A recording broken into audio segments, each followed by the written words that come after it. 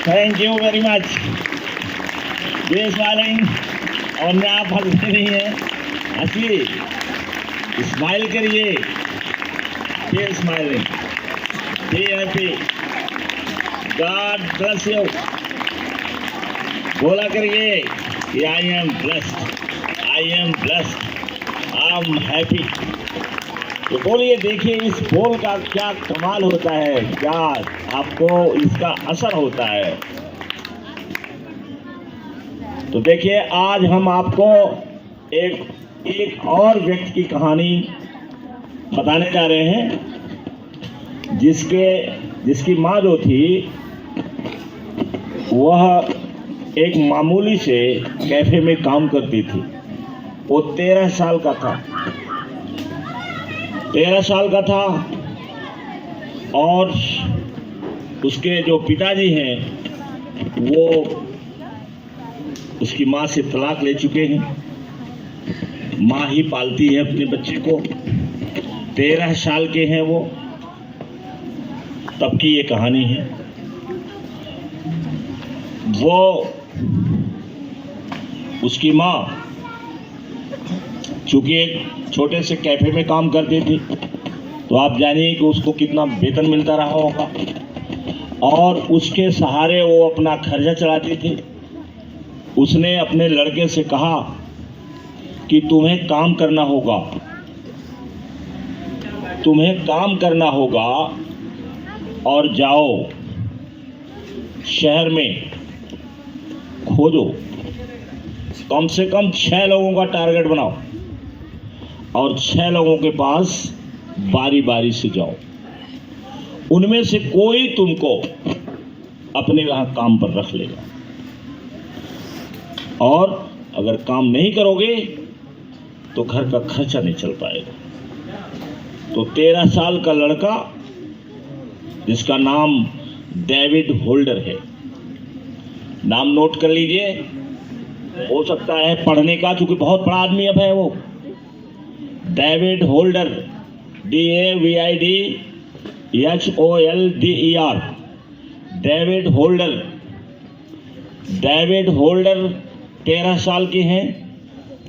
उनकी माँ उन्हें आदेश देती है, कहती है कि आपको काम पर जाना पड़ेगा, आपको काम करना पड़ेगा, और 6 लोग कहती है कि 6 लोगों को आप टारगेट में रखिए, और उनमें से बारी बारी से आप जाइए, तो कोई न कोई आपको अपने यहाँ रख लेगा। तो गया, जाता है, तो एक विशाखा की दुकान चलाते रहे हैं। उसको इंग्लिश में हैबर डैशर कहा जाता है, हैबर डैशर। तो हैबर डैशरी की शॉप थी, दुकान थी। हैबर डैशर जैसे हमारे यहाँ विशाखा का बस विशाखा की दुकान है। तो उसमें छोटे छोटे आइटम जैसे पिन और इलास्टिक, विशाखा की दुकानें पर बटन, सिलाई के लिए धागा, और छोटी छोटी चीज़ें उस दुकान, जिस दुकान पर ये बिकता है, उसको हैबर डैशर कहते हैं। तो उनका नाम था डायमंड। डायमंड की दुकान थी। डायमंड माने तो हीरा होता है, तो इन्होंने सोचा हीरा की दुकान थी। उनका नाम था diamond, Harry diamond, Harry diamond, HARRY, Harry, और डायमंड की स्पेलिंग आप जानते ही हैं। तो हैरी डायमंड की दुकान थी, और कौन सी दुकान थी वो? हैबर डैशरी, हैबर डैशरी की दुकान थी। तो हैबर डैशरी की दुकान में गए और उन्होंने रख लिया। तो और वो लड़का, क्या नाम बताया मैंने उस लड़के का? लड़के का क्या नाम बताया? नो, वो तो दुकान के मालिक थे, डेविड होल्डर। डेविड होल्डर इतना होनहार लड़का था, इतना अच्छा लड़का था कि डायमंड, हैरी डायमंड उससे बहुत प्रेम करने लगे, और बहुत प्रेम करने लगे तो उसको उन्होंने सिखाना शुरू कर दिया, पढ़ाना शुरू कर दिया, उसकी मदद शुरू कर दिया, और धीरे धीरे वही डेविड होल्डर आगे चल करके यूनिवर्सिटी से पढ़ाई करते हैं, और यूनिवर्सिटी से पढ़ाई करते हैं एमए पीएचडी, बोलो एमए